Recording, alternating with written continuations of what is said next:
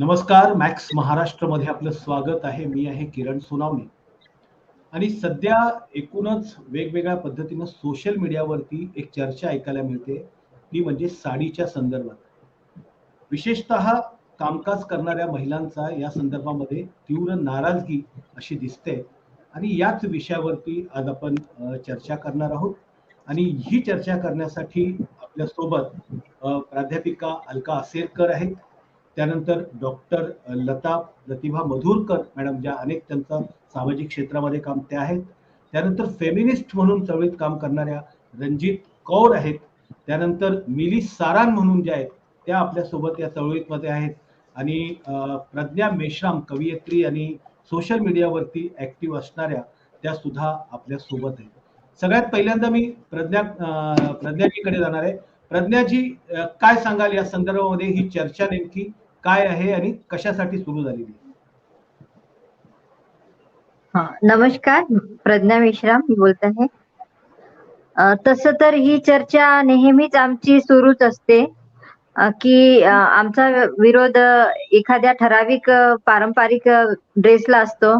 परंतु आता असे दिसून आले की जे इस्रोने जे आपले चंद्रयानसाठी जे पाठवलेले आहे त्याच्यावरून काय झाले की ज्या तिथे सायंटिस्ट बाया होत्या त्या सायंटिस्ट बाया कशा साड्या घालून हे करत आहेत म्हणून जिकडे तिकडे त्यांचे गुणगान गायले जात आहेत. आणि त्याच्यानंतर आम्हाला असं लक्षात आलं की साड्यांचे तुम्ही का गुणगान गाता? त्यांच्या गुणगान त्यांच्या बुद्धीचे गायला पाहिजे की त्यांच्या पारंपरिक परिधानाचे गुणगान गायला पाहिजे. तर आपण बघितले की त्यांच्या बुद्धीचे जो गुणगान न गाता जिकडे तिकडे त्यांची पारंपरिकता, सांस्कृतिकता याचे गुणगान गायले जात होते. आणि त्याच्यानंतर अनेक अशा पोस्ट बघितल्या ज्या त्यांचे गुणगान करणारे होते. तेव्हा मग मी एक पोस्ट टाकली आणि ती एक कमेंट पण केली होती. लताताईंनी पण आज सकाळपासून धूम चालवली होती. एक साडीवरच्या त्या पोस्ट टाकत होत्या आणि आम्ही मग तिथे कमेंट करत होतो. मग मी पण तिथे एक पोस्ट टाकली आणि याच्यानंतर हे मग सुरू झालं आणि मग आपण कॉल करून इतर महिलांना गोळा केला. बरोबर. म्हणजे एकूणच जिथे म्हणजे त्यांच्या बुद्धिमत्तेची, त्यांच्या कर्तृत्वाची चर्चा व्हायला हवी, त्याऐवजी त्यांच्या पेहरावाची चर्चा होते आहे आणि त्या संदर्भात महिलांमध्ये ज्या आधुनिक आणि वेगवेगळ्या नव्या जगात वावरत आहेत त्यांचा त्या संदर्भात ते चर्चा करते. मी अलकाकडे जाणार आहे. अलका, तू प्रज्ञाचं म्हणणं ऐकलेलं आहे, काय तुझं मत आहे? मला वाटतं आमच्या सगळ्यांचं एकच मत आहे की साड्यांची चर्चा कशासाठी आहे. चांद्रयानाची त्याच्या पुढे त्याचं काय होणार वगैरे याची चर्चा नाहीये. आणि त्यांनी काय घेतलं, नेसलं, काय घातलं, कुठल्या देवाला गेल्या, कुठल्या पूजेला गेल्या, याच्या चर्चा जास्त होत आहेत. मला असं म्हणायचंय की त्यातले जे पुरुष शास्त्रज्ञ होते ते कुठल्या देवाला गेले का गेले नाही याची चर्चा नाही होत आहे. पण बायकांची मात्र होते की त्या कुठल्या पूजेला गेल्या का, कुठल्या देवाला गेल्या का, काय नेसल्या.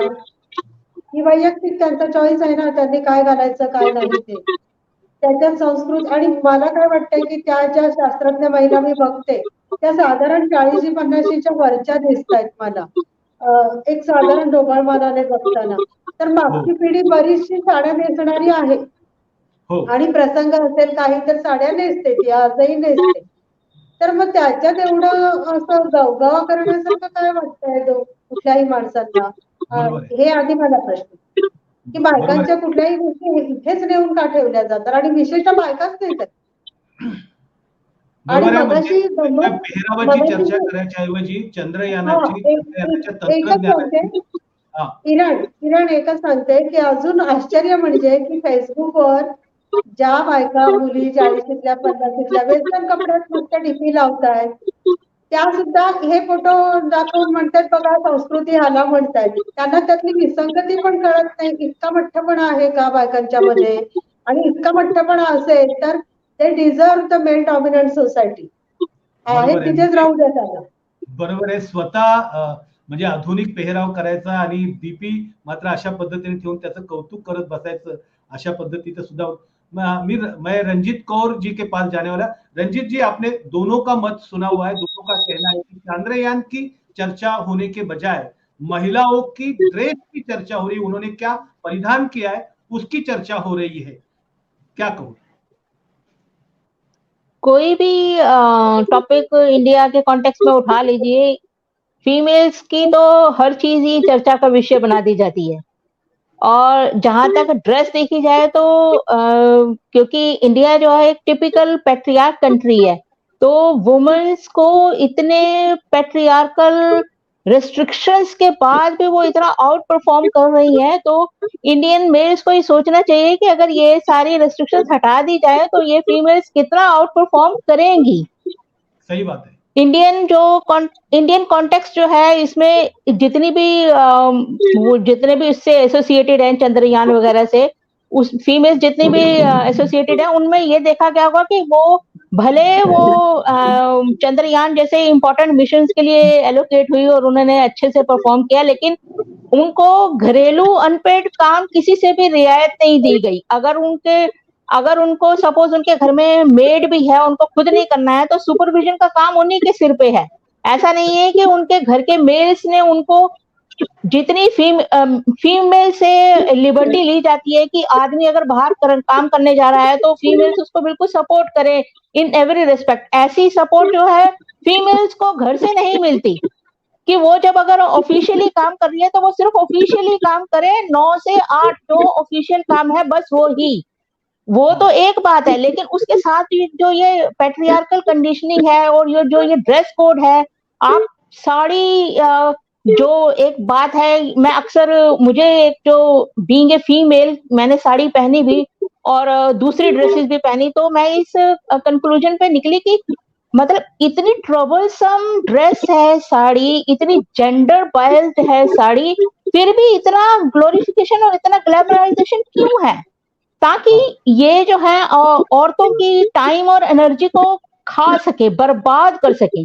अगर जो ये ड्रेस टाइप एक कंफर्ट टाइप की ड्रेस हो, मॉडर्न ड्रेसेस हो, तो इसमें एनर्जी भी तो कितनी कम लगेगी। मतलब मैंने जैसे दोनों तीनों ड्रेसेस पहनी, तो मैं ये सोचती हूँ कि मतलब साड़ी का एक ब्लाउज पहनने में ही उतना वक्त लग जाता है जितनी की फीमेल्स पूरी ड्रेस उतनी देर में पहन ले।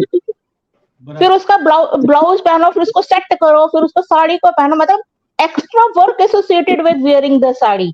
और फिर इस डिस्कम्फर्ट को ग्लोरीफाई भी किया हुआ है। मतलब हमारा टाइम, एनर्जी और कॉम्पिटेंसी ये कितनी यूजलेस चीजों के ऊपर बर्बाद हो रही है। अगर इसी के जगह में अगर कोई फीमेल अपने कंफर्ट के लिए बात कर ले तो उसके लिए सारे जने खड़े हो जाते हैं, लेकिन साड़ी जैसी वाहियात ड्रेस के ऊपर कभी कोई भी खड़ा होकर नहीं बोलता। और मैंने ये देखा कि अगर कोई बोले तो उसको ट्रोल और कर देते हैं कि अरे ये तो संस्कारी ड्रेस है। भाई एक ऑफिस में अगर एक औरत साड़ी पहन के आती है तो उसको संस्कारी बोल के प्रमोट किया जाता है कि तू पहन, और एक आदमी उसी की जगह पे कुर्ता पजामा या लुंगी पहन के आया है तो उसको बैकवर्ड समझा जाता है। भैया पारंपरिक तो दोनों ही है, दोनों की इज्जत होनी चाहिए, दोनों का क्लैरिफिकेशन होना चाहिए, लेकिन औरतों को मॉडर्नाइजेशन का कोई फायदा इस तरीके से लेने नहीं देते, उनको पुरानी चीजों में धकेल के रखा हुआ है लिटरली। आप साड़ी पहन के, अगर पीछे से अभी बिहार का एक न्यूज आया था कि उसमें 4-5 के 7 लेडीज सिर्फ इसलिए जल के मर गई क्योंकि उन्होंने साड़ी पहनी हुई थी और वो अपने आप को सेल्फ डिफेंस करके भाग नहीं सकी। मैं इधर दिल्ली के मेट्रो एरिया में रहती हूँ, तो मेट्रो में हम जाते हैं तो वहां पे बार बार ये अनाउंसमेंट होती है कि महिलाएं जो है वो चुन्नी और दुपट्टे संभाल के रखें। मतलब apparently इट इज ओपन कि ये ट्रबलसम ड्रेस है, लेकिन फिर ग्लोरीफाइड भी है, ग्लैमराइज्ड भी है। तो ये चीजें जो है वो कंट्रोल ड्रेस वाइज तो जब हम इतने एडवांस हो गए हैं कि हमारा चंद्रयान लैंड करा दिया, तो हम फीमेल्स के मामले में वही इतने घिसे पिटे पुराने ख्यालात वाले हैं। अगर कोई लड़की मॉडर्न ड्रेस पहनती है तो उसको मतलब उसकी शेमिंग की जाती है, और साड़ी में भले वो कितनी डिस्कम्फर्ट हो उसको उसकी ग्लोरिफिकेशन होती है। तो ये ग्लोरिफिकेशन, ग्लैमराइजेशन ये सब हटनी चाहिए। ड्रेस के मामले में उतनी आजादी चाहिए। हाँ, साड़ी के कई महिलाएं होती हैं कि मतलब उनको ये कह देते हैं कि तो उनकी चॉइस है, वो पहनती हैं। भाई कोई भी फीमेल जो चॉइस के नाम पे मर्दों की तरह टॉपलेस नहीं होने दी जाएगी। इसके बाद भी कुछ जो उर्फी जावेद जैसी हिम्मत करती हैं कि हमें भी मर्दों की तरह टॉपलेस होना है तो उसके लिए मर्दों ने कानून बना रखे हैं कि हाउ dare you could go topless, we will fine you, crime है ये, जेल कर देंगे। जबकि आज की डेट में जर्मनी और स्पेन जैसे कंट्रीज में फीमेल्स को कई जगहों पर टॉपलेस होने की आजादी दे दी है। It is normal, it is not, मतलब अश्लीलता नहीं है। जितने आदमी टॉपलेस अच्छे या बुरे लगते हैं, उतनी ही फीमेल अच्छी या बुरी लग सकती हैं। फीमेल के साथ एक्स्ट्रा वाला ड्रेस के नाम का जो एक स्टीरियोटाइप जुड़ा हुआ, वो तोड़ना बहुत जरूरी है। फीमेल्स की एनर्जी इन सब बातों में बहुत बर्बाद ही लिटरली की जा रही है। अगर इन सब बातों से आजाद हो, फीमेल को भी मर्दों की तरह आजादी हो, तो बेटर परफॉर्म कर सकती है। और परफॉर्मेंस से ना भी देखा जाए तो ये इसका परफॉर्मेंस से कोई लिंक होना भी नहीं चाहिए। अगर कोई परफॉर्म नहीं भी कर रहा है तो इसका मतलब नहीं है कि हम उसको साड़ी जैसे डिस्कम्फर्ट से लपेट के रख देंगे कि तू कुछ सोसाइटी को, तेरा सोसाइटी में कोई कंट्रीब्यूशन नहीं है इसलिए साड़ी लपेट के रख, और अगर तुझे कंट्रीब्यूट करा तो हम तुझे साड़ी से आजादी दे जाते हैं। लेकिन इन बेसिक लेवल पे जो ये जेंडर के साथ जुड़ी हुई साड़ी है, ये भी गड़बड़ की बातें हैं। और क्योंकि इंडियन जो है एक पैट्रियार्कल सोसाइटी है, तो यहाँ तो हर चीज का जेंडरटाइजेशन है। मतलब हमारे लिए तो ग्लैमराइजेशन और ग्लोरिफिकेशन की बात है फीमेल्स के लिए साड़ी पहनना, लेकिन एक आदमी को साड़ी पहनाएंगे तो ये उसकी बेइज्जती हो जाती है जो साड़ी पहनेगा। किसी मर्द की बेइज्जती करनी हो तो उसको कह देंगे कि उसको चूड़ी पहना दो और साड़ी पहना दो। और औरतों को अगर औरतों की इज्जत हो जाती है साड़ी करने से, मतलब औरतों को अगर इज्जत देनी है तो उनको मेल्स वाली पगड़ी पहनाई जाएगी, ये पगड़ी पहनाई आपकी इज्जत हुई। किसी मर्द को कभी साड़ी पहना के इज्जत नहीं दी जाती कि ये लो साड़ी पहना दो तुम्हारी इज्जत हो गई। तो ये जो हिडन चीजें हैं, ये सब चीजें खत्म होनी चाहिए। जेंडर इक्वलिटी जो है, जेंडर इक्वलिटी हर एस्पेक्ट में बहुत जरूरी है। बराबर बराबर। आपने अभी जैसे कहा कि भाई जेंडर बायस्ड ड्रेस को यानी कहा की साडी जेंडर बायस्ड आहे, इसी विषय को लेकर मैं निशा तुमच्याकडे येतोय। निशा, तुम्ही ऐकलेलं आहे की रणजित कौर यांनी नेमकं काय म्हटलंय, त्यांनी खूप सारे मुद्दे उपस्थित केलेले आहे की एखादी समजा ठिकाणी आग लागली किंवा काय झाली तर त्याच्यामुळे त्या साडी असल्यामुळे ती स्वतःचा जीव वाचवू शकली नाही आणि ती पळू शकली नाही आणि त्यामुळे तिचा मृत्यू सुद्धा ओढावलेला आहे। काय सांगाल तुम्ही या संदर्भात? धन्यवाद दादा। सर्वप्रथम सर्वांना जय भीम जय ज्योती। मी निशा पारचे। जसं रणजित ताई म्हणाले आता की साडी हा खूप डिस्कम्फर्टेबल असा ड्रेस आहे। माझ्यासारखी जी मुलगी आहे, जी एक एंटरप्रेनर आहे, एक सोशल वर्कर आहे आणि मी जसं स्वतःला बघितलं तसं मी बाईकवरच बघितले। मी बुलेट चालवते। साडी घालून मी बाईक चालू शकत नाही किंवा बुलेट बिलकुल चालू शकत नाही। तर माझं जे काम आहे त्या कामामध्ये साडी हा अडथळा आहे। आपण एवढ्या साऱ्या गोष्टी आपण केल्या, जसं आता ताई म्हणाल्या की ज्या 4-5 महिलांचा मृत्यू आहे त्या साडीमुळे त्या स्वतःला वाचवू शकल्या नाही। भारतीय परिधान म्हणून साडीला बघितलं जातं, पण जर तुम्ही आपली जुनी शिल्प बघितली तर त्याच्यामध्ये कुठेही साडीचं नाम म्हणजे काही दिसत नाही की साडी घातलेली आहे। जुन्या शिल्पांवर तुमच्या छातीला एक कपड गुंडाळलेला आहे, एक धोतीसारखा खाली घातलेला आहे, अशीच शिल्प आपली आहेत। मग साडी हे आलं कुठून? हा पण एक शोधाचा विषय आहे। शिवाय साडी आता जी आहे चांद्रयान 3 ची जी मोहीम झाली त्यामध्ये त्या शास्त्रज्ञांनी किती अभ्यास करून किती कष्ट केलेले आहेत, त्या कष्टांना चर्चा करण्यापेक्षा आपण त्यांच्या परिधानाची चर्चा करत आहोत। आणि त्यांनी जे केलेलं कृत्य आहे किंवा त्या मंदिरात गेला ते त्यांच्या पर्सनल लेव्हलला त्यांनी ठेवायला पाहिजे होतं।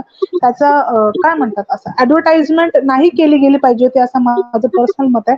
कारण आपण जे दाखवतो ते आपली जी पुढची पिढी आहे ती ग्रहण करत आहे आणि एवढी मोठी मोहीम ज्यावेळेस आपण करत आहोत तर पूर्ण जग आपल्याला बघत आहे। आणि या ज्या चर्चा आहेत सोशल मीडियावरच्या, या चर्चा बाहेरपर्यंत चर्चेल्या जातात। आता जी आपली साडीची चर्चा सुरू आहे, माझ्या फ्रान्समधल्या, जर्मनीमधल्या काही मैत्रिणी आहेत, त्यांनी मला असा प्रश्न विचारला की चंद्रयानामध्ये तुम्ही काय-काय त्यांनी यूज केलं किंवा कुठलं तंत्रज्ञान यूज केलं, यापेक्षा त्या बायांनी साड्या घातल्यात किंवा गजरा किती सुंदर लावल्यात, याची चर्चा तुमच्या देशात कशी काय होऊ शकते? तर ह्या ज्या गोष्टी आहेत याच्यावर थोडंसं म्हणजे आपली जी संस्कृती आहे ती संस्कृती साडी भोवती फिरत नाहीये. आपली संस्कृती जी आहे ती समता समाजाची संस्कृती, आपली श्रमण संस्कृती आहे. आणि या श्रमण संस्कृतीमध्ये पाहिलं गेलं तर शेतीचा जो शोध आहे तो स्त्रियांनी लावला. शेतीमध्ये काम करणाऱ्या ज्या स्त्रिया आहेत, आज जर तुम्ही कोकणाकडे गेला तर गुडघ्याच्या वरपर्यंत त्यांची धोतीसारखी बांधलेलं असतं. त्यांनी फक्त वर ब्लाउज घातलेला असतो. तर प्रत्येक ठिकाणी ड्रेस कोड वेगळा आहे. प्रत्येक ठिकाणी त्यांच्या हवामानानुसार ड्रेस कोड होतो. तर साडीला जेवढं ग्लोरिफाय का केलं जातं हा एक प्रश्न आहे. आणि हा एक म्हणजे आपण ज्यावेळेस साडी घालतो तर मला तरी स्वतःला खूप अनकम्फर्टेबल होतं, कारण मी ती कॅरीच करू शकत नाही आणि मला साडी नेसता येत नाही. कधी कधी एखाद्या फंक्शन मध्ये हाऊस म्हणून नेसणं ती वेगळी गोष्ट आहे, पण रोज तुम्ही तुमची संस्कृती किंवा तुमचा काय म्हणतात स्त्रीचा अभिमान दाखवण्यासाठी तुम्हाला साडी नेसलीच पाहिजे. हे जे तुमच्यावर कंपल्शन घातलं जात आहे ना कुठेतरी, हे फार चुकीचं आहे. जशा रणजितताई म्हणाल्यात, संस्कृती आणि संस्काराशी जी साडी जोडली जाते ती अत्यंत चुकीचं आहे आणि त्या पद्धतीने नाही, ज्याच्यात कम्फर्ट राहील महिला त्या पद्धतीचा ड्रेस तिला गेला पाहिजे. मी लताताईंकडे जाणार आहे. लताताई, तुम्ही सगळ्यांचं ऐकलेलं आहे. काय तुमचं याच्यावरती म्हणणं आहे की चंद्रयानाच्या मोहिमेमध्ये चंद्रयानाचं तंत्रज्ञान, तिथल्या असणाऱ्या वैज्ञानिकांचं कौतुक याच्याऐवजी त्यांच्या कपड्यांचं आणि विशेषतः महिलांच्या कपड्यांचं आणि त्या कुठल्या मंदिरात गेल्या याचं कौतुक होते, काय सांगा? Mic on. धन्यवाद किरण भाऊ. माझा आवाज ऐकू येतोय का? हो, येतोय. कारण माझ्या इथे थोडा प्रॉब्लेम आहे नेटचा. पण तुम्हाला सर्वांना जिंदाबाद. जय भीम, जय ज्योती, जय सावित्री, जय फातिमा. या सगळ्यांची नावं याच्याकरता घेते की त्यांनी ड्रेस कोडच्या मागे न लागता पूर्ण ज्ञानाच्या पद्धतीने आपल्याला सगळ्यांना ज्ञान दिलेलं आहे आणि ह्या सगळ्या ज्ञानाच्या प्रतिमा आहेत. तर जय संविधान, ज्यांनी आपल्याला हे बोलण्याचा पण हक्क दिला. आणि या स्त्रियांना ज्या चांद्रयानामध्ये गेल्यात त्यांना पण चांद्रयानात जाण्यासाठी जिनी शिकवलं ती सावित्रीबाई, तिच्याबद्दल एकही अक्षर या बायकांनी बोललेलं नाही. उन्होंने बात ही नहीं निकाली कि सावित्रीबाई फुले ने हमको सिखाया इसलिए यहाँ तक हम पहुंचे. हमारे यहाँ राष्ट्रपति द्रौपदी मुर्मू, उनको मंदिर में प्रवेश नकारा गया, सेंट्रल विस्टा में नकारा गया और वो आदिवासी थी इसलिए नकारा गया. इस देश का इतिहास है कि स्त्रियों को विशिष्ट तरीके से कपड़े पहनना, उनकी जाति का क्या आधार है उसके ऊपर उनका सारा अस्तित्व और अस्मिता टिकी हुई है. तो द्रौपदी मुर्मू हमारे देश की राष्ट्रपति नहीं बनती है, उसके पहले उसका आदिवासी होना महत्वपूर्ण हो जाता है इस देश में. ये जो लोकतंत्र वाला हमारे हाथों में संविधान है, उसकी शपथ लेकर द्रौपदी मुर्मू जी आई है, उसका कितना बड़ा अपमान है. आज जब चांद्रयान में ये महिलाएं जा रही थी तो ये संस्कार वाली बात कहाँ से उठी? मैं बता दूं कि मैं सुबह से इसके ऊपर लगी हुई हूँ. इतने अलग अलग तरीके के कमेंट्स आए हैं, जिसमें एक कमेंट मुझे आया कि तुम्हारा अध्ययन नहीं है इस विषय पर. मैंने कहा आपका साड़ी के विषय पर अध्ययन होगा, लेकिन संविधान के हकों को लेकर नांगेली से लेकर आज तक जो भी महिलाएं लड़ी है अपने खुद के लिए, उनका अध्ययन मेरा जरूर है. और दूसरी बात यह है कि हमारे पोशाक किसने तय किए. 1980 में मैं जब शादी होकर मुंबई आई नागपुर से, तब मेरी पहली कहानी छपी क्योंकि मेरी सास ने मुझे साड़ी पहनना कंपलसरी किया और मैं लोकल से रोज जाती थी, तो मैंने सलवार कमीज पहनना और गाउन पहनना शुरू किया घर में आकर. तो मेरी पहली लड़ाई घर में हुई, बाहर भी हुई, क्योंकि बाहर भी मैं ऐसे कैसे साड़ी न पहनते हुए नई दुल्हन जा रही है, नई बहू जा रही है, ऐसे भी ताने मिले. सवाल ये है कि इसके बारे में मेरे पति को कोई लुंगी पहन के क्यों नहीं गया, धोती पहन के क्यों नहीं गया, गुरु शर्ट पहन के क्यों नहीं गया, ऐसे किसी ने नहीं बोला. यानी आपके कपड़े कंफर्टेबल होने चाहिए. दूसरी बात ये कि ये कितना बड़ा अपमान, ये कितना बड़ा इंसल्ट कल्पना चावला और सुनीता विलियम्स जी का है, जो स्पेस में गई, अवकाश में गई, तब उन्होंने वो अवकाश के कपड़े पहने थे और उन्होंने साड़ी नहीं पहनी थी. इसका मतलब जो साड़ी पहनने वाली आज की महिलाएं हैं वो चांद्रयान में जाकर साड़ी पहन के रहेगी तो बहुत ही भयानक स्थिति है. वहां किस तरीके का वातावरण होता है, उसका किस तरीके से स्पेस के साथ संपर्क जब होता है तो क्या होता है. अब सोचिए कि चांद पर हवा ही नहीं है, जब उड़ेगी तो उसका अपना ड्रेस रहता है महिलाओं के साथ. किरण एक ही मिनट की बात है. जो मुझे बताना है कि ये इस तरीके की बातें तो हुई है, स्पेस में जाने वाली महिलाओं के साथ। लेकिन ये भी बहुत बड़ी इंसल्टिंग बात है कि आप साड़ी पहन के आप जब एक दूसरे को आप दीपक की आरती उतारेंगे, इसलिए उतारेंगे कि आपने भारत की गौरवशाली परंपरा रखी।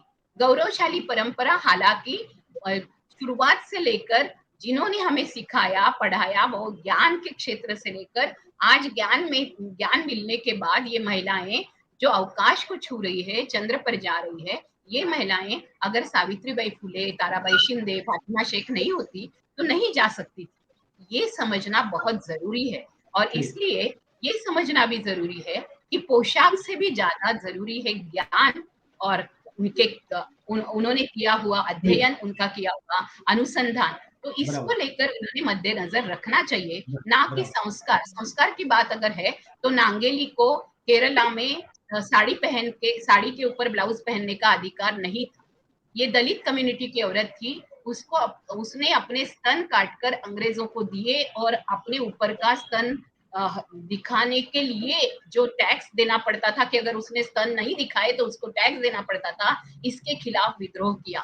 यहाँ की दलित महिलाओं को क्या साड़ी पहनने का अधिकार था? उसी तरीके की साड़ी जो उच्च वर्णीय पहनते थे। हमें ये बहुत समझना जरूरी है। बस आखिरी बात मैं ये कहती हूँ कि ये सारी यूपी की महिलाएं हैं जो आज इस बार चांद्रयान में गई। यूपी में साड़ी का शायद ज्यादा महत्व वगैरह रहा होगा, लेकिन सवाल ये है कि मराठी संस्कृति वाले इतने खुश हो रहे हैं कि महाराष्ट्रियन साड़ी उन्होंने पहनी। अब सवाल ये है कि साड़ी पहनना ये किस तरीके से किसी संस्कृति का लक्षण हो सकता है, और ये कभी भी नहीं था, ना शुरुआत से था ना अभी है। अभी भी महिलाएं जो जिस तरीके का कार्य करती है उस तरीके के उनके पोशाक होते हैं। किसान आंदोलन की सारी महिलाएं सलवार कमीज पहनते हुए जैसे कि लग रहा था सूर्यमुखी का खेत उगा है, ऐसे सलवार कमीज में आई थी। तो ये जो है अपने कन्वीनियंट से पोशाक पहनना, महिलाओं के लिए पाबंदी करना, ज्यादातर महिलाएं कंफर्टेबल रहे एकदम, यानी उनको ये गलत हलचल संस्कृति है करनी और अपनी जो कंफर्टेबल है वही रहे। बरोबर आहे. महिलांना ज्याच्यामध्ये अतिशय कम्फर्टेबल वाटेल अशा पद्धतीचा पोशाख असला पाहिजे. आणि मी अलका असेलकरांकडे जाणार आहे. अलका, साडी तर खूप महिलांचा आवडता असा पोशाख आहे आणि वेगवेगळ्या प्रकारच्या म्हणजे अगदी म्हणजे 200 रुपयापासून तर 2 लाख रुपयापर्यंतच्या साड्या किंवा एका काडीच्या पेटीत ठेवता येईल अशा साड्या, पैठण्या, अशा वेगवेगळ्या प्रकारच्या साड्या आहेत. तो किती कम्फर्टेबल ड्रेस आहे तो, किती महत्वाचा. तुम्ही दोन्ही प्रकारचे पेहराव वापरतात, तर काय महिलांना कुठल्या याच्यात कम्फर्टेबल असतं? कम्फर्ट साडीमध्ये नक्कीच नाहीये, म्हणजे मला स्वतःला तरी वाटत नाही. मला इथे ह्या साडीमध्ये कम्फर्ट आहे की नाही हे प्रत्येकीने ठरवायचं, प्रत्येकीचा चॉईस आहे. पण हा चॉईस नाही आहे हे महत्वाचं आहे की हे दडपणच आहे, सामाजिक दबाव आहे, त्याचं ग्लोरिफिकेशन केलं जात आहे अशा रीतीने, आणि मग येणाऱ्या पिढ्या सुद्धा साडीच्या प्रेमात नकळतपणे गुंडाळल्या जातात.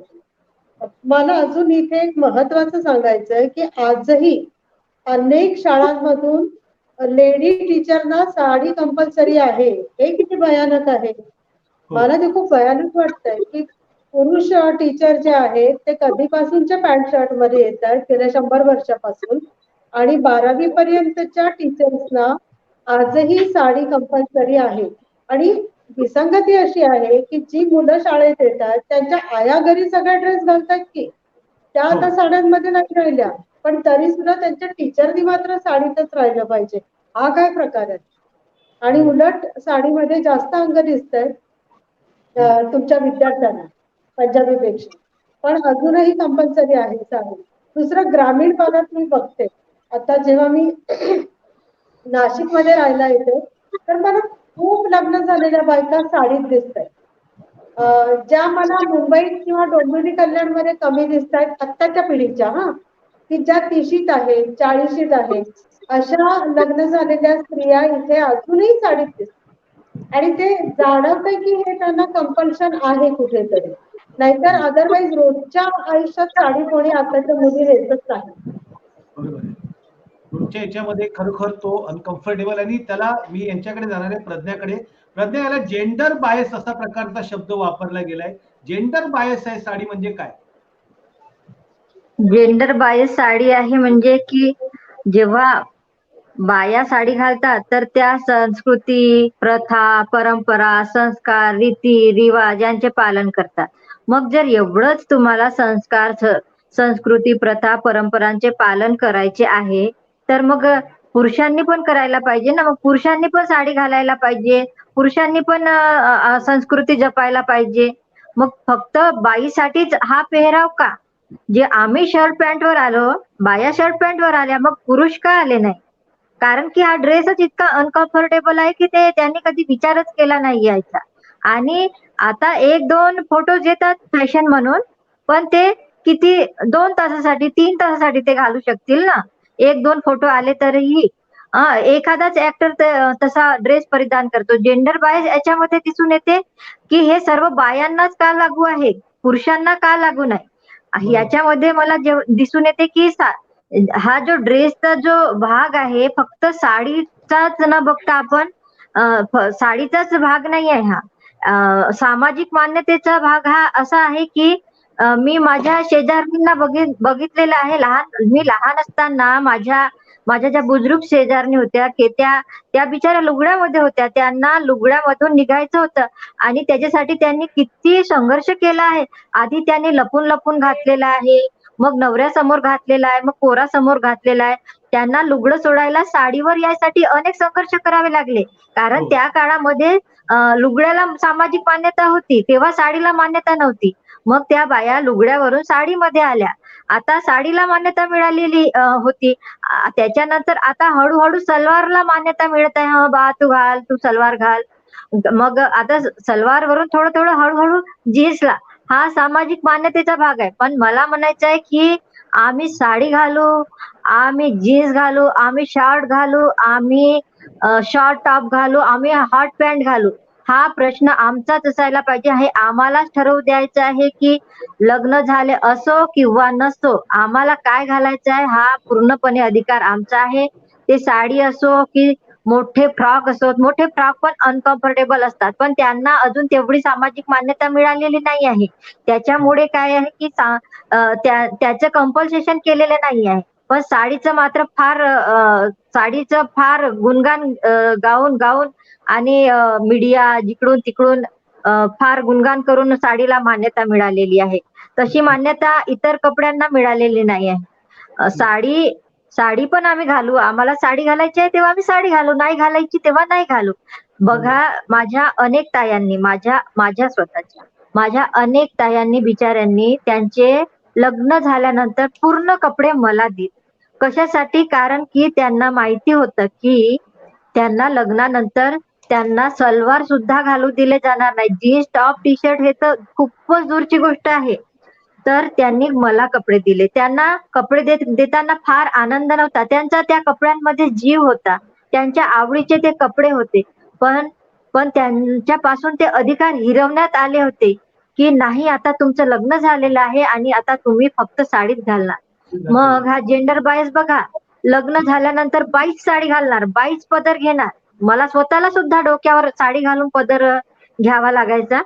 म्हणजे लग्न काय फक्त एका महिलेचंच झालेलं आहे का? दुसरा माझ्या सोबतचा लग्न होते तेव्हा 2 व्यक्तींचे होते ना. मग त्याचं झालेलं आहे, मग त्यांनी पण करायला पाहिजे. चला साडी नाही तर कमीत कमी त्यांनी ते गमछे राहतात, पुरुष गमछे घालतात. अरे तुम्ही गमछे घालून डोक्यावर आमच्या मायबापाचा सन्मान करा ना. मग ही सन्मानाची अपेक्षा तुम्ही फक्त आमच्याकडून का करत आहात? आणि हा असा कसा सन्मान? मला हे वाटते की हे जे त्या काळामध्ये असेल, पुरुषांची वाईट नजर चुकवण्यासाठी म्हणजे हे जो पदर संस्कृती आली असेल, तर आता बायांनी उत्तर द्यायला शिकावं की पुरुषांनो, तुमची नजर चांगली आहे तर आम्ही कोणत्याही प्रकारचे ड्रेस घातले तर तुमचे मन विचलित होणार नाही. त्याच्यामुळे आमच्या ड्रेसवर तुम्ही बंधनं आणू नका. आम्हाला जे घालायचं ते घालू द्या. मी एवढी जरी बोलत असली पण नोकरी करताना मला सुद्धा कंपल्सेशन येते. मला सुद्धा बोलल्या जाते की तू साडीच का घालून आली नाही? 4 लोकात माझं अपमान केला जातो की मॅडम तुम्ही आज एवढी मोठी मीटिंग असताना साडी का घालून आले नाही? आणि साडी घालून आलेल्या त्या बाया त्यांची डीप नेक असते, त्यांची पूर्ण कंबर दिसत असते. हा ते ते न बघता मला म्हणतात की तुम्ही साडी का घालून आलेल्या नाही. तर हा जो जेंडर बायस आहे, बायांवरच हे थोपवलेलं आहे, ते कमी व्हायला पाहिजे असं मला वाटते. आणि ज्या बाया म्हणतात की आम्ही आपल्या नाही त्या काय म्हणतात नाही मला कोणी जबरदस्ती करत नाही, मी तर माझ्या मर्जीने घालते. तर मला म्हणायचं आहे जर तुम्हाला तुमची जर मर्जी आहे तर तुम्ही एखाद्या दिवशी हॉट पॅन्ट घालून सासरी जाऊन बघा. तुम्ही शॉर्ट घालून सासरी जा. सण समारंभात जा. तुम्हाला तुमच्या मर्जीचंच करायचं आहे तर सण समारंभात जाऊन बघा. मग तुम्हाला तुमची किती मर्जी आहे, किती नाही आहे हे कळेल. बरोबर आहे. एकूणच जेंडर बायस असल्याचं मत जे आहे ते प्रज्ञा मेश्रामने वाटलंय. मी आता रंजिता कौर यांच्याकडे जाणार आहे. रंजिता जी, आपने सबका व्यूज सुना है. आपने कहा कि औरत महिलाएं साड़ी में कितनी कंफर्टेबल रहती है, अगर अनकंफर्टेबल अगर ये पहनावा है तो किस तरह से? एक्चुअली में इनकी तो मराठी मुझे समझ नहीं आई, इसलिए मैं तो मेरा ही व्यू रख पाऊंगी, उससे कोरिलेट नहीं कर पाऊंगी। लेकिन डिस्कम्फर्ट तो ये है कि जिस बेल्ट में साड़ी ही मेन ड्रेस है, उस बेल्ट में इंडिया के कोई और ड्रेस आप पहन ही नहीं सकते, इतनी ज्यादा कंपल्शन है। हमारे पड़ोस में एक लड़की 22-23 साल की शादी करके आई, तो वो जैसे आजकल तो जीन्स टॉप पहना ही देते हैं, तो वो साड़ी में दिख रही थी। मैंने उससे बोला कि बेटा आपने साड़ी पहनी हुई है तो जीन्स वगैरह नहीं पहन सकते? वो कहती है कि नहीं, वो तो शादी में तो सारी साड़ियां ही मिलती हैं, हमारे यहाँ पे जीन्स नहीं मिलती है। और मतलब एक जो बच्चा ठीक ठाक पढ़ पढ़ा के आया है, उसको ससुराल में शादी होकर साड़ी पहनने की कंपल्शन है।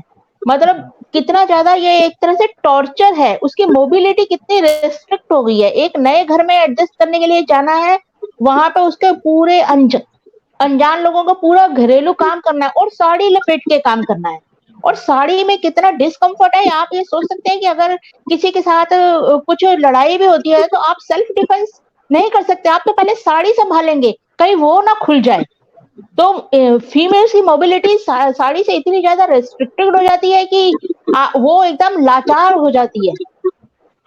तो अगर फीमेल्स के सोसाइटी में फीमेल के ऊपर इतनी ज्यादा वर्क रिस्पॉन्सिबिलिटी दे रखी है, तो उसकी ड्रेस तो उसके हिसाब से ही होनी चाहिए। लेकिन जो ड्रेस वाले एरियाज हैं जहाँ पे साड़ी ही है, वहां पे कोई दूसरी ड्रेस नहीं दोगे तो कैसे? आप दहेज, हमारे यहाँ पे दहेज में या बच्चा होता है तो 25-25 साड़ियां आती हैं, लेकिन एक भी मॉडर्न ड्रेस लड़की के लिए अपने बाप की तरफ से नहीं आती है। मतलब वो खेत में पूरा काम करेगी, साड़ी लपेट के काम करेगी, बच्चे पालेगी, साड़ी लपेटी रहेगी। मतलब उनको देख के ही लगता है कि उनकी मतलब एफिशिएंसी कितनी हैम्पर होती है। आज के एरा में साड़ी और वो भी 20-22 साल की एज की लड़कियों को आप कंपल्शन में दे रहे हो, ये दिस इज नॉट कूल। जब मैंने ग्रेजुएशन करी, बीएससी वगैरह करी, तो हमारे से जो कुछ मेरी फ्रेंड्स हैं वो बीएड में गई, तो बीएड में फीमेल्स को साड़ी पहनना कंपल्शन थी। कि ये बीएड का पार्ट है कि आपको साड़ी पहन के आना है। क्यों भाई, हम तो सूट पहन के चलते थे, यहाँ जो भी मॉडर्न ड्रेसेस पहनते थे, पहले हम साड़ी पहने, उसको सुबह उठ के सारे पहले घर के काम पूरे करें, फिर हम साड़ी पहने और फिर हम ऑटो रिक्शा वगैरह में जाएं, चाहे हमारे पैरों में लिपट जाए वो साड़ी और हम धड़ाम से गिर जाएं, लेकिन साड़ी हमें पहननी। और अगर हमारा प्रोफेशन अगर स्विमिंग वगैरह होता है, तो जो जिस इंडिया के जिस भी एरिया में साड़ी की कंपल्शन है, उस एरिया में लड़कियां स्विमिंग के लिए अपने आप को आगे बढ़ा नहीं सकती, क्योंकि उनको तो साड़ी पहनना अलाउड है। उस साड़ी के बगैर वो स्विमिंग सूट में करके वो स्विमिंग कैसे करेंगी? अगर किसी को माउंटेनियरिंग बन रहा है तो वो एक साड़ी पहन के माउंटेनियरिंग करेगा, और एक जो है मॉडर्न ड्रेसेस या कैपरिंग वगैरह पहन के जाएगा, तो ये तो सामने देखने में ही पता लग रहा है कि कहाँ पे डिस्कम्फर्ट है। फिर भी वो साड़ी थोपी हुई है। मतलब ये अगर किसी को इसके साथ जो संस्कार और के साथ जो नया पहनावा आ रहा है उसको स्वीकार देना चाहिए, और उसको संस्कृति के नाम पर महिलाओं पर थोपना नहीं चाहिए, ये बात समझ में आई। अभी हमारे साथ में मिली सरान जी जुड़ी हुई है। मिली जी, आपने सबकी चर्चा सुनी है, अब बहुत जरा लेट ज्वाइन हुई है, आप क्या कहना चाहोगे? आपका माइक शुरू करिए पहले, हाँ, माइक शुरू करिए। जी सभी को हेलो। जैसा कि रंजीत जी ने कहा कि जो बाकी लोग बोले हैं वो भाषा समझने में तो हम कंफर्टेबल नहीं थे, लेकिन हम अपना ही वक्तव्य रख पाएंगे। साड़ी पर जैसा कि आपने देखा होगा कि सोसाइटी में साड़ी इस तरह से प्रेशराइज है औरतें पहनने के लिए, संस्कार का जो बर्डन है उनके ऊपर रखा हुआ वो इस तरह से थोपा हुआ है पुरुषवादी समाज के द्वारा कि अगर हमारे जैसी कुछ औरतें अगर साड़ी की असुविधाओं को लिखे, पोस्ट करें उस पर, भले ही वो कितनी तर्कपूर्ण बातें उसके अंदर लिखी गई हो, आप मेरी बात को समझने की कोशिश कीजिए कि क्या कोई आप मुझे एक ऐसी सिचुएशन बता सकते हैं कि जिसमें किसी भी अन्य ड्रेस की मुकाबले साड़ी ज्यादा कंफर्टेबल हो?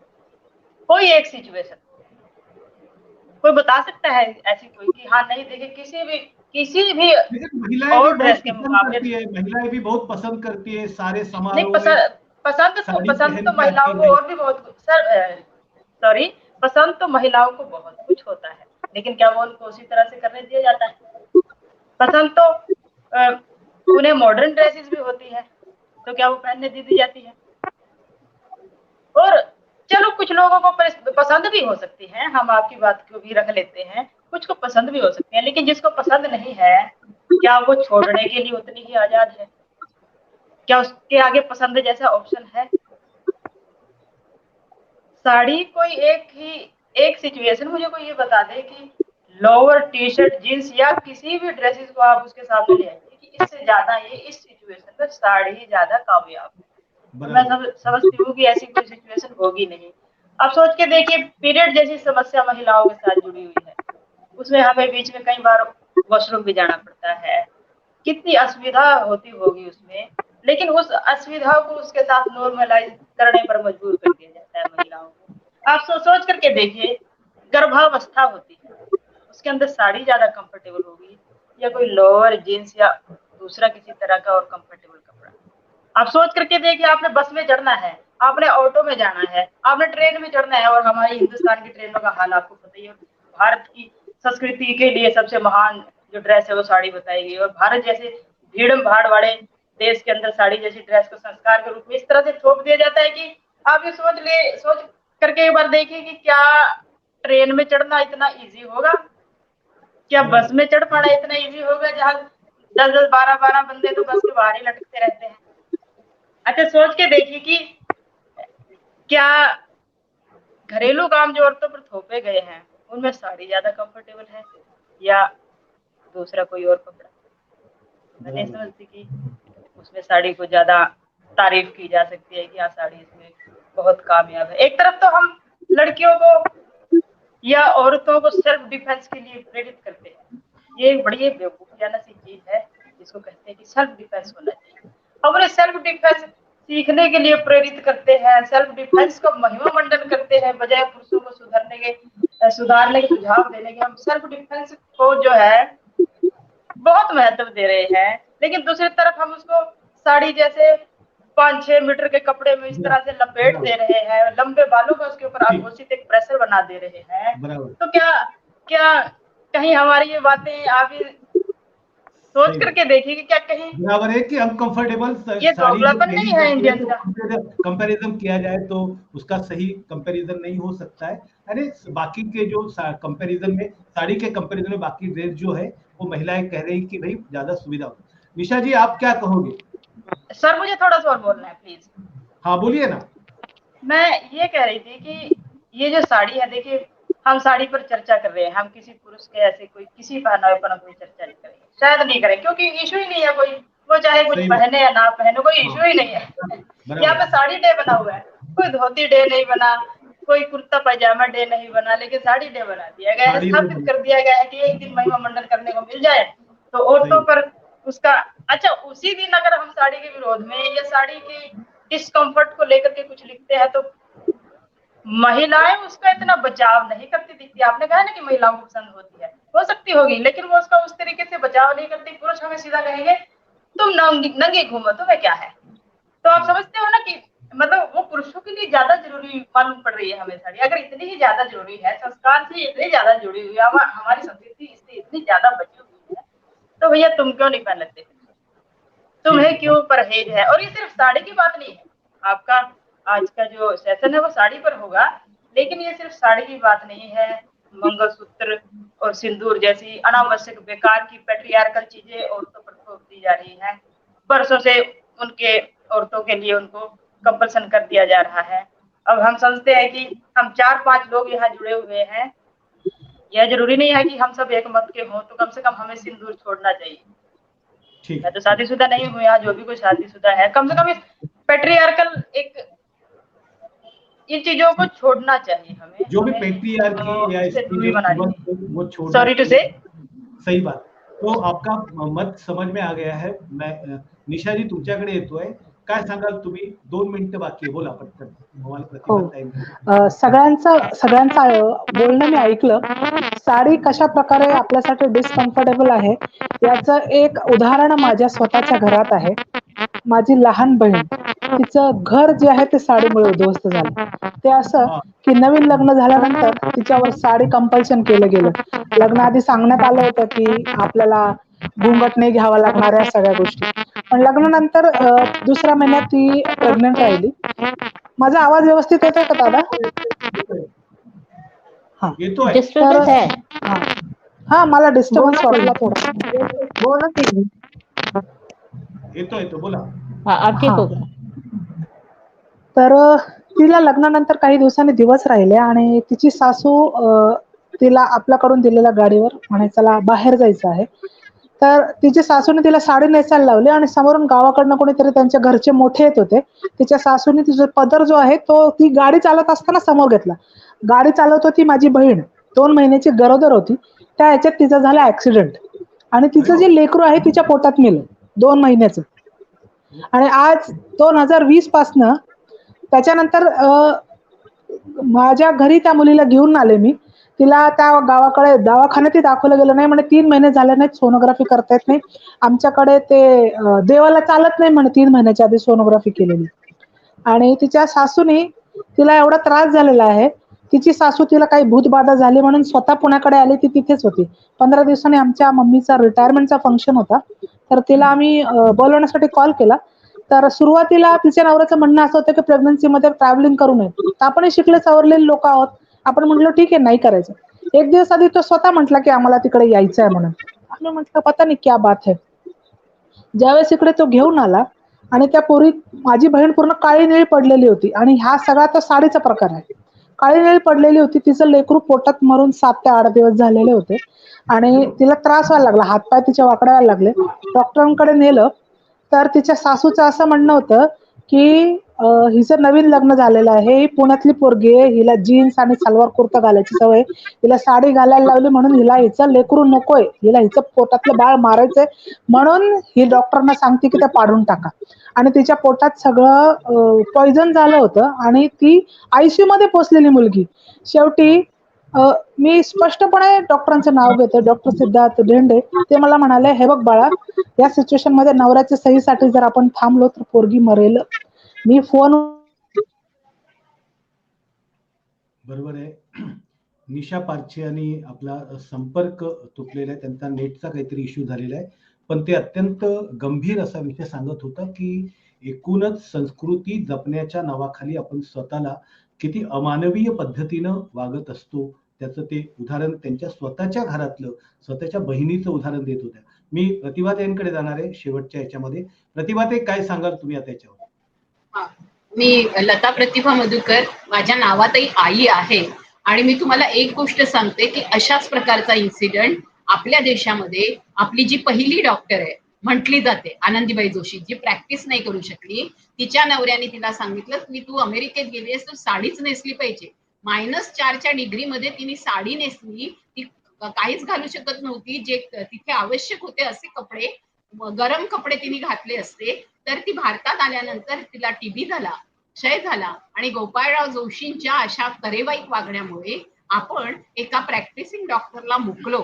म्हणजे डॉक्टर रखमाबाई ही आपली पहिली आणि प्रॅक्टिसिंग डॉक्टर आहे, पण डॉक्टर आनंदीबाई जोशींनी आपल्या नवऱ्याला साडी घालण्याच्या संदर्भात विरोध केला नाही, तिथे त्यांनी स्वतःचा डिसिजन घेतलं नाही, त्याच्यामुळे या देशामधल्या एका संपूर्ण जी हिंसक प्रथा आहे त्याचा बळी कसा गेला याचं उदाहरण डॉक्टर आनंदीबाई जोशी.